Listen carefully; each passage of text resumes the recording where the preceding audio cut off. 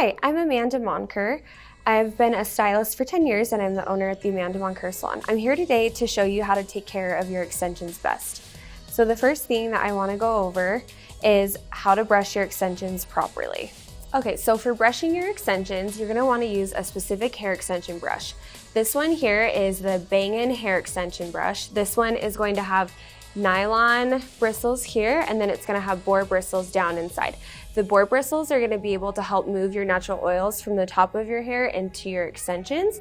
It's also going to help to eliminate breakage, and the nylon bristles here will help to get out your tangles. When you start to brush your extensions, you're going to first want to gather them all together and start at the very ends and work your way up your hair. Starting at the ends while brushing your hair is going to make sure to eliminate breakage, and it's also going to eliminate any unnecessary tension on the bonds at the top. Then when we go to brush in at the top here, we want to hold our extensions and brush all the way down. If you have weft extensions, you're not going to want to brush on top where the strings are, but you definitely are going to want to brush nice and underneath where the hair is, because your natural hair can clump up inside of that weft and cause a lot of tangling. If you have tape-in extensions, you're not going to want to brush anywhere near the attachment up here, because those come together like a little book, and if we brush it out, it might peel out of the hair. So we don't want to brush up at that attachment. If you have keratin bond extensions like I do, you're actually going to want to open up your hair just like this and brush right on top of the bonds. It'll make a super scary sound, but what this will prevent is tangling and dreading. Naturally, every day we are losing hair, and if we don't brush this hair that is stuck in the bond but has shed, will cause a lot of tangling. So go ahead and brush your hair just like that. You want to make sure that you get in between every single row. The other method that we have as well is eye-tips, and we don't want to brush on top of our eye-tips either, because it is clamping the hair together and it can start to pull the hair out of the bead that is clamped. So to keep your hair nice and healthy, you're going to want to brush the ends through your hair twice a day, morning and night. You're also going to want to brush your hair before you hop into the shower. If you shower without getting your hair brushed before, what will happen is tangles plus water equals cement. So we want to make sure that we're not cementing our tangles in, and that we're getting in the shower with freshly brushed hair. Especially if you're wearing K-tips, you want to brush the bonds up here before we shower and wash them. Okay, so our next set of instructions is how to wash and condition your hair. So the first thing you want to know is that the products that you do use on your extensions play a very important role in the lifespan of your extensions. We recently have come out with our new extension line called Bang & Extensions. We have a shampoo and conditioner. Something important to know about them is that they are both sulfate and paraben free. They are also oil and silicone free, which is going to be very important for the attachment of your hair. The last thing that they are free of is protein. Extensions need hydration more than anything, so we want to make sure that you are using hydration forward products. So when you wash your hair, you're going to take your shampoo. You want to get at least like a quarter size in your hand and then emulsify it together, and first go for your natural hair on the top. You want to get all of that nice and shampooed. You do want to avoid doing any circular motions. We mostly want to see just up and down motions, because we don't want to create any tangling in the extensions. Then when you go to wash your extensions, you're going to want to part it off, have a clip with you, clip that up, and then you're going to apply your shampoo on your extension bonds right in here. And when you bring your hand in to wash, you're going to get in between the rows and you're going to go up and down just like this.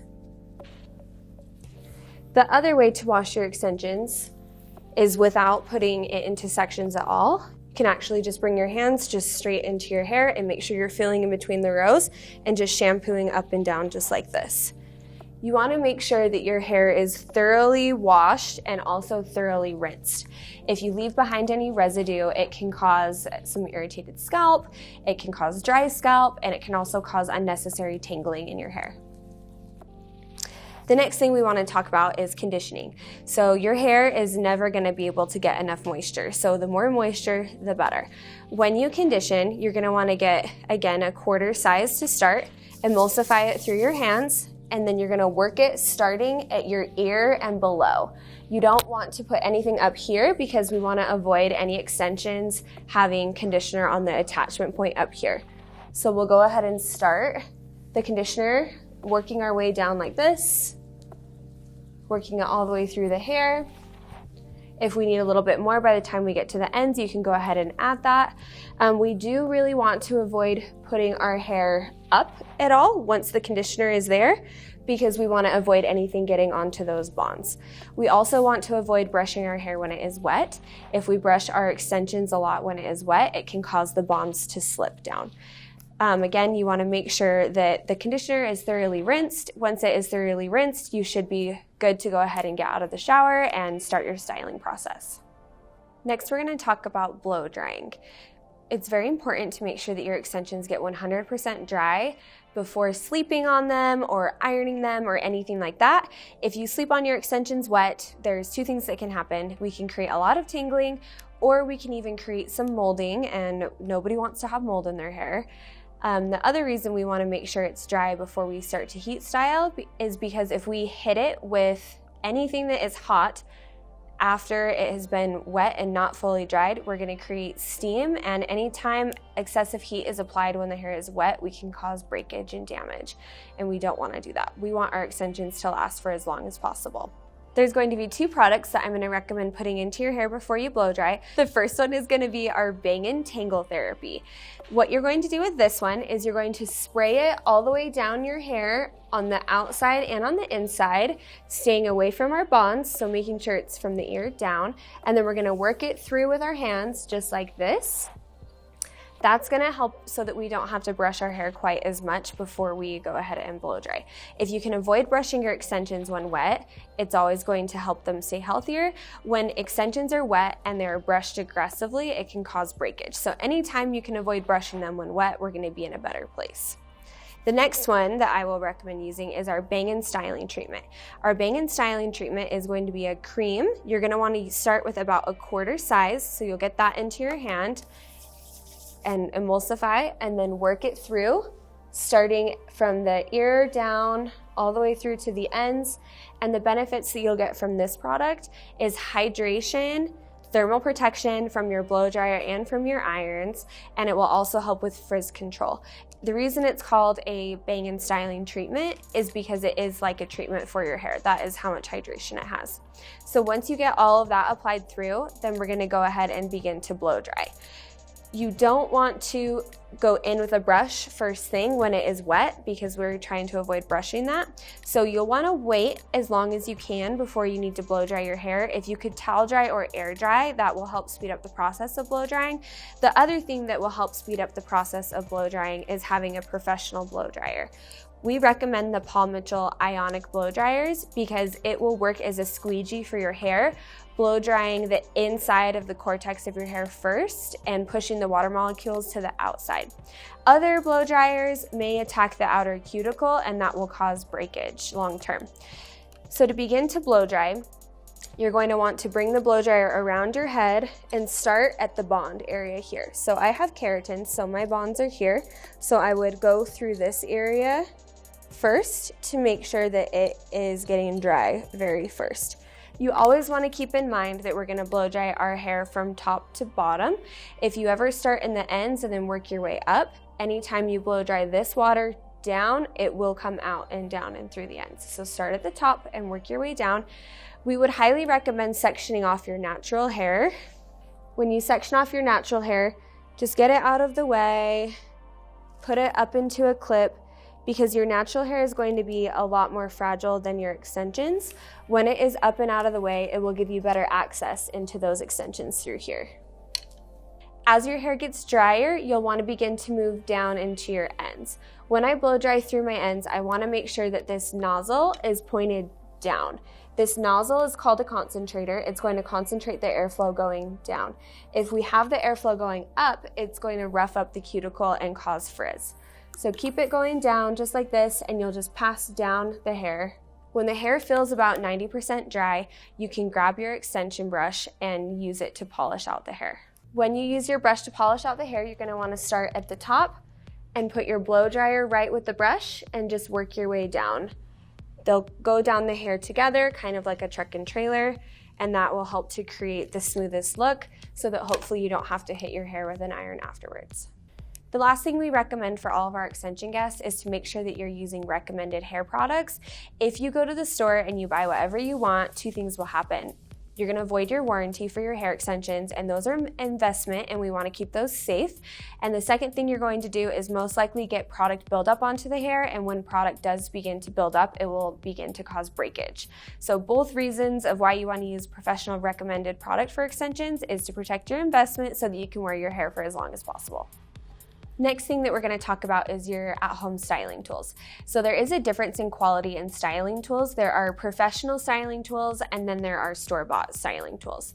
So one is going to be able to help protect your hair better and then the other may not. What the difference is between the two is the plate of metal that is being used and the heating mechanisms. So we want to use ceramic styling tools on our hair extensions, and we want to make sure that the heating mechanism is going to heat the hair consistently throughout the entire process, so that you don't have to continuously restyle your hair. Most of our extension clients are able to style their hair with an iron once a week and get their hair to last all week, and that is going to be much more healthy for their hair. We recommend putting the Bang & Hot heat protectant on your hair previously before applying any styling tools. To use this, you can spray it in your hands, work it through, and get it right on your natural really well. We really don't want to come in with the spray and spray on our extension bonds. That could cause it to possibly slip out quicker. We really want to avoid applying any product straight to our extension bonds. That's why we'll put it on our hand first and apply it to our natural hair. And then you'll want to take this and just spray it in through the ends, work it through and brush it, and then you can begin your heat styling. When you are heat styling, we want to keep all tools away from the bonds of the extensions up here. The first reason is because a lot of times we are using a silicone or a keratin, or maybe the tape or the eye tips are made out of polyurethane, and when those get hit with heat, it can actually combine them together, kind of congeal and lock them together, or it can make them fall out prematurely. And again, we want to be protecting our extension investment and making our hair last as long as possible. So I recommend doing all styling at least an inch away from the head so that you're not touching that attachment point there. When you do use your styling tools, make sure that they are recommended by your stylist and make sure that they have recommended a heat setting for you. The heat setting for the irons is based off of your natural hair and the extension hair. We don't want to use anything that is going to damage by heat, so we want to make sure that you are using the appropriate heat setting for your hair texture and for your extension type. When choosing the right product for your hair extensions, there are some main ingredients to avoid. The main ingredients to avoid are alcohol, silicone, and oil. Silicone and oil are going to be okay for our ends, but we want to avoid any alcohol, silicone, or oil up here at our points of attachment, because what can put them in can take them out. So if we are using a silicone-based item up here, it can come out. Our keratin bonds are made of keratin resin, Italian keratin resin, and silicone. So there's already silicone in there to cocoon around your hair. So when we add more, it can create a lubricant for it to slide right out. Same thing with the tapes. If we were to add an alcohol-based or oil-based or silicone up there, it would remove the tackiness and they would slide right out. With our weft extensions, they are applied with beads, and same with our eye tips, they're also applied with beads. So anytime you get anything slippery or alcohol-based up there, they might slide right out. And we want to make sure that our extensions are lasting for the full recommended wear time. Swimming is always a big question that we get from our extension guests. Are you allowed to swim? Can you swim with extensions? And the answer is yes. What you have to do before you swim is get your hair completely wet with fresh water. Fresh water is going to be from the hotel or from your house, somewhere that is not chlorine or the seawater. We want to make sure to use that first all over, and then we will apply a leave-in conditioner, or our Bang & Tangle therapy is a great one for that. After we apply the bang and tangle therapy or a leave-in conditioner, you're going to want to put your hair into a braid. Do avoid putting it up on top of your head if we have done this method. The reason why is because we don't want all of that conditioner dripping down onto our bonds, because that would potentially remove our extensions. So go ahead and just braid it and leave it down. Then you can go swimming. Once you get out of the pool or you get out of the ocean, please go and wash your hair immediately. We really don't want chlorine or salt water sitting in our hair for extended periods of time. That can destroy the quality of the extensions and it can make them incredibly dry. So make sure to use your bang and tangle therapy or a leave-in conditioner on your vacation and bring a nice hydrating mask to replenish all of those lost oils after swimming. When we are out in the sun and we're out playing and having fun, we want to make sure that we utilize a mineral-based sunscreen only. If we use any sunscreen on our hair, it can discolor all of our hair here because this is rubbing on our skin here. And the reason why is there are chemicals in extensions that interact with the chemicals in the sunscreen. So extensions are colored with textile dye, and those are the chemicals that will react. I've had several clients that leave with blonde hair and return with pink because they didn't use the right sunscreen. So make sure that you use a mineral-based sunscreen only, and make sure that nothing of any other type of sunscreen will be touching your extensions. Once you've brushed through your hair, you're going to want to grab your silk scrunchies. We recommend using silk scrunchies because the silk will not break or damage the hair. We also recommend sleeping with the silk pillowcase as well. There are 2 ways to sleep with your hair. The first one is going to be in a low ponytail. If you have keratin bonds, we recommend putting your hair in a low ponytail because this will secure the bonds at the base of your head so that while you're sleeping, they're not rubbing around. Make sure the silk scrunchie does get nice and tight. You don't want it coming out while you're asleep. The second way to sleep with your hair extensions is to do 2 braids. So you're gonna part your hair down the back and in the middle, pull it to the side, go ahead and separate it into 3 strands.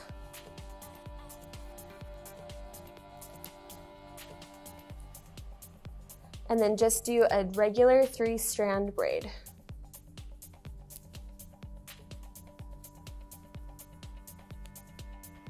Secure your braid with your silk scrunchie, and then repeat on the other side.